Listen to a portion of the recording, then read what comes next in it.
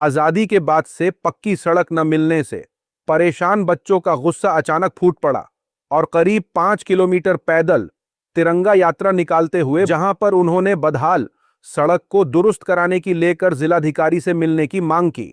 DM से न मिलने पर बच्चों ने हंगामा शुरू कर दिया, जिस पर पुलिस ने गेट बंद कर दिया। इस हंगामे को देखते हुए बड़ी तादाद में पुलिस और पीएसी तैनात रही, जिसके बाद लोगों ने डीएम ऑफिस के बाहर हंगामा शुरू कर दिया।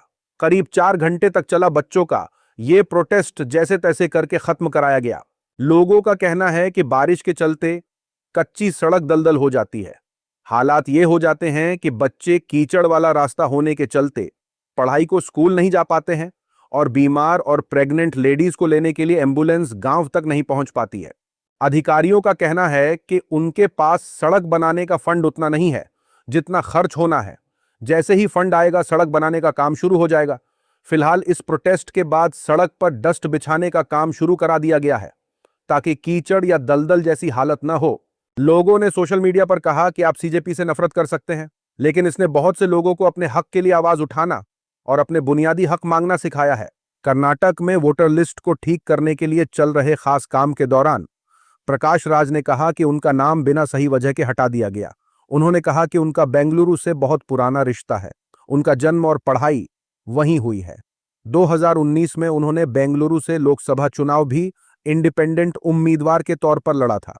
उन्होंने नाम हटाए जाने पर सवाल उठाया और कहा कि इससे लोगों का वोट देने का हक छीना जा सकता है। इसी दौरान ऐसी खबरें भी सामने आईं कि करीब 1 करोड़ से ज्यादा लोगों के नाम ऐसे बताए गए हैं जो वहां नहीं मिले, कहीं और चले गए, मर चुके हैं। एक ही नाम एक से ज्यादा बार है या किसी और वजह से निशान लगाए गए हैं।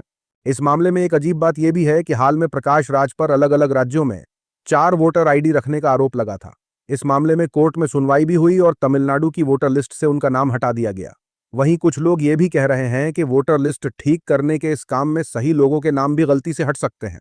I am one of the 65 lakh voters whose vote right has been deleted from Bangalore constituency after SIR. BJP सांसद हरभजन सिंह ने कुछ ऐसे लोगों का वीडियो शेयर किया जो ठीक से होश में नहीं लग रहे थे। उन्होंने इसे पंजाब में नशे की हालत का सबूत बताया और कहा कि नौजवानों को बचाने के लिए इस पर कदम उठाना चाहिए। इसके लिए जिम्मेदार लोगों को सामने आकर अपनी नाकामी को समझना चाहिए। ये पंजाब के यूथ का सवाल है। भाजपा सांसद के इस बयान को गोदी मीडिया और आईटी सेल खूब फैला रहा है, लेकिन पंजाब पुलिस ने साफ किया कि ये वीडियो पंजाब का नहीं बल्कि राजस्थान के श्रीगंगानगर का है। वीडियो में पंजाबी आवाज लगाई गई थी, लेकिन इसका पंजाब से कोई लेना देना नहीं था। अरविंद केजरीवाल ने बीजेपी पर गलत जानकारी फैलाने का आरोप लगाया। वहीं लोगों ने सवाल उठाया कि बीजेपी की सरकार वाले राज्य का वीडियो पंजाब से क्यों जोड़ा गया। इस गलती के बाद बात पंजाब में नशे की प्रॉब्लम से हटकर इस बात पर होने लगी कि वीडियो सही है या नहीं और इसे राजनीति के लिए क्यों इस्तेमाल किया गया। लोगों ने सोशल मीडिया पर कहा कि ये हरभजन सिंह की जानबूझकर की गई गलत पोस्ट थी। जिस सोर्स से उन्होंने ये वीडियो लिया था उसके कैप्शन में साफ साफ श्रीगंगानगर लिखा हुआ था।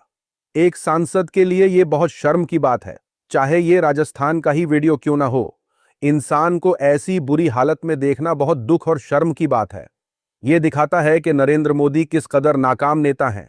यहां सब कुछ गलत होता जा रहा है। कांवड़ यात्रा से दिल्ली में शोर और ट्रैफिक की परेशानी बढ़ने की खबरें आ रही हैं। सावन के महीने में कांवड़िए हरिद्वार से गंगा जल लेकर शिव मंदिरों तक जाते हैं, लेकिन अब बड़ी गाड़ियों के साथ चलने वाले काफिले, बड़े बड़े स्पीकर और जनरेटर की वजह से कई इलाकों में पूरी रात तेज शोर हो रहा है। ये शोर तय की गई लिमिट से 2 गुना तक ज्यादा बताया जा रहा है। सोशल मीडिया पर चल रहे एक कैंपेन में भगवद गीता जैसी धार्मिक किताबों का हवाला देकर पूछा जा रहा है कि क्या आज की कांवड़ यात्रा सच में भक्ति का सही तरीका है। इसमें लोगों से दिखावे के बजाय सच्चे मन से भगवान की भक्ति करने की बात कही जा रही है।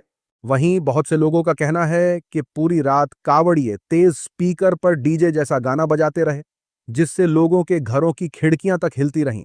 बच्चों के एग्जाम हैं, लोगों को काम पर जाना है और बुजुर्गों को आराम चाहिए। ये सब बंद होना चाहिए। उसी के साथ कॉमेडियन कुणाल कामरा ने अंधभक्तों को झटका दिया है। कुणाल कामरा ने बेंगलुरु के एक छोटे हॉल में खुलकर शो किया। इससे पहले उनके कुछ शो राइट विंग के लोगों के प्रोटेस्ट की वजह से कैंसिल हो गए थे।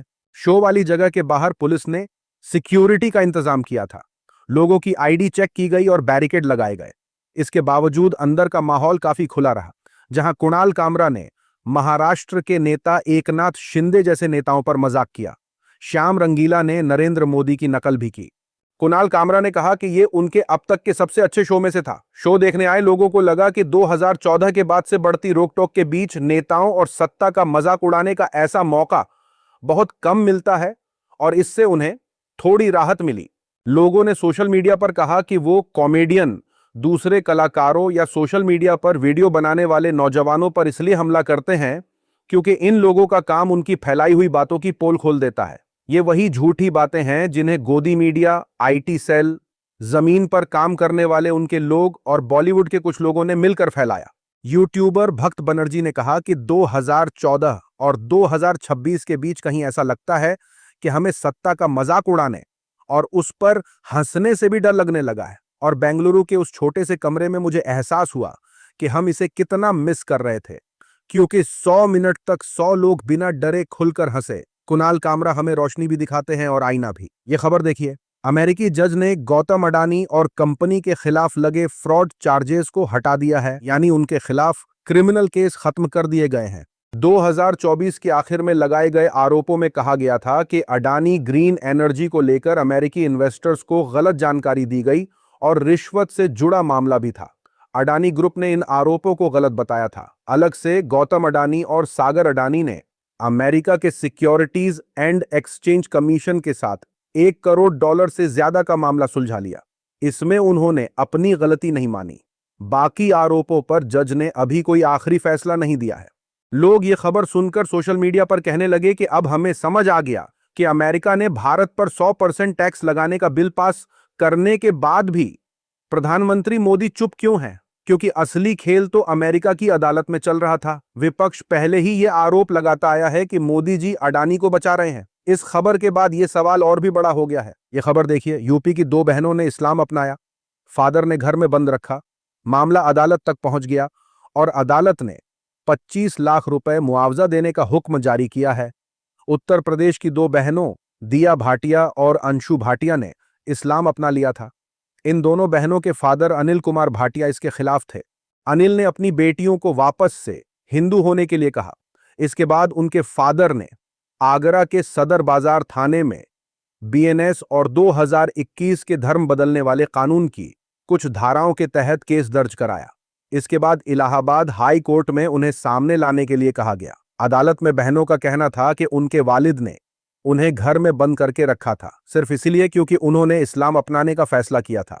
इलाहाबाद हाई कोर्ट के जज संदीप जैन ने एक अहम फैसले में अनिल और योगी सरकार दोनों को मिलकर बहनों को 25 लाख रुपए मुआवजा देने का हुक्म दिया। लोगों ने सोशल मीडिया पर इस मामले को देखकर मांग की है कि इन दोनों बहनों को जल्द से जल्द इंसाफ मिलना चाहिए। हर किसी को अपनी पसंद का धर्म मानने और उस पर चलने का हक है। किसी को भी किसी पर जबरदस्ती नहीं करनी चाहिए। सरकार को यह पक्का करना चाहिए और इन बहनों को सिक्योरिटी देनी चाहिए। दिल्ली हाई कोर्ट को बताया गया कि ध्रुव राठी का एक यूट्यूब वीडियो भारत में रोक दिया गया है। आरोप है कि इस वीडियो में उन्होंने कहा था कि हिंदू भगवान राम, सीता और कृष्ण मांस और शराब लेते थे। गूगल के वकील ने जस्टिस स्वर्णा कांता शर्मा को बताया कि यह कदम सरकार की शिकायत के बाद उठाया गया। जीएसटी सरकार की बनाई एक बॉडी है। अगर सोशल मीडिया या किसी दूसरी ऑनलाइन कंपनी ने किसी ऑनलाइन पोस्ट या अकाउंट को लेकर शिकायत पर कोई फैसला लिया है तो उसके खिलाफ लोग इस जीएससी में अपील कर सकते हैं। सोशल मीडिया पर लोगों ने कहा कि ऐसी बातें बताने वाली कई धार्मिक किताबें भी मौजूद हैं। हम इंडियंस को आसानी से बेवकूफ बनाया जा सकता है क्योंकि हम खुद पढ़कर सच जानने की कोशिश नहीं करते। जो भी पाखंड की बात सामने लाता है उसे धर्म के खिलाफ बता दिया जाता है। अदालत को यह भी पूछना चाहिए था कि भारत में मौजूद उन सभी किताबों और धार्मिक ग्रंथों का क्या जिनमें इसी तरह की बातें लिखी हुई हैं। एंकर सुधीर चौधरी ने एयर इंडिया की सर्विस को लेकर शिकायत की। सुधीर ने एयर इंडिया से कहा कि यह बिल्कुल भी सही सर्विस नहीं है। हाल ही में दिल्ली से मुंबई ट्रेवल के दौरान और फिर वापस आते वक्त भी लोगों को एरो ब्रिज की जगह बस से ले जाया गया। बसों में एयर कंडीशन या तो चल नहीं रहा था या ठीक से काम नहीं कर रहा था। दिल्ली में उस वक्त तेज बारिश हो रही थी, फिर भी लोगों को फ्लाइट से बस तक बारिश में चलकर जाना पड़ा। नई एयर इंडिया को लेकर इतनी बातें होने के बाद लोगों को कम से कम इज्जत, आराम और अच्छी सर्विस तो मिलनी ही चाहिए। यह सर्विस की बड़ी कमी है। सुधीर की इस शिकायत पर एयर इंडिया ने जवाब दिया कि हम आपकी बात समझते हैं मिस्टर चौधरी, एयरोब्रिज और फ्लाइट को कहां खड़ा किया जाए, इसका फैसला एयरपोर्ट अपनी जरूरत के हिसाब से करता है और यह हमारे हाथ में नहीं होता। हालांकि मौसम को देखते हुए लोगों को फ्लाइट से बस तक ले जाने के पूरे एक्सपीरियंस को लेकर आपकी शिकायत को हम जरूर देखेंगे। एंकर सुधीर चौधरी इस पर भी बौखला गए, कहने लगे कि फिर एयर इंडिया की फ्लाइट के लिए एयरोब्रिज नहीं दिया गया। ऐसा लग रहा है जैसे एयरपोर्ट के अधिकारी एयर इंडिया की फ्लाइट्स को एयरोब्रिज की फैसिलिटी देना ही बंद कर चुके हैं। हमारी फ्लाइट के ठीक बगल में एक एयरोब्रिज खाली पड़ा था और कई दूसरे एयरोब्रिज भी खाली थे। लोगों ने जब सोशल मीडिया पर एंकर सुधीर चौधरी की ये शिकायतें देखी तो कहने लगे कि इंडिया में आपको अगर इतनी ही दिक्कत है तो आप पाकिस्तान क्यों नहीं चले जाते, किसने रोका है। हाल ही में न्यूज एंकर रूबिका लियाकत ने अपने शो में ट्रोलिंग का बचाव करते हुए कहा था कि मेरी शिक्षा ऐसी ही है, मेरा शिक्षा ऐसे ही लिखा जाता है, मेरी स्टिक ऐसी है, अब इसे बदलूं कैसे। शिक्षा ठीक है, नहीं तो जाओ कुल्फी खाओ। इस वीडियो में नीतू मैम ने रूबिका की उस क्लिप का मजाक उड़ाते हुए दिखाया है कि पढ़ाई लिखाई की बात पर ऐसे जवाब देने से बेहतर है कि सही से बेसिक शिक्षा सीख लो। फिर से वही हमारी मैडम है रूबिका मैडम, उसका कल मैंने देखा एक रील में बोल रही है कि मैं शिक्षा ऐसे ही लिखती हूँ, मेरा श ऐसे आता है। बचपन में हमने भी कहा कि मैं तो ओ ऐसे ही लिखती हूँ, तो मैडम ने कहा नहीं ओ ऐसे नहीं लिखते हैं, वो ऐसे लिखते हैं। मैंने कहा समझ में नहीं आया तो जाओ कुल्फी खाओ, तो हमारे टीचर ने 2 थप्पड़ लगाया, पहले तमीज सिखाया। लोग इस वीडियो को शेयर करते हुए कह रहे हैं कि नीतू मैम भी रूबिका लियाकत के पीछे पड़ गईं।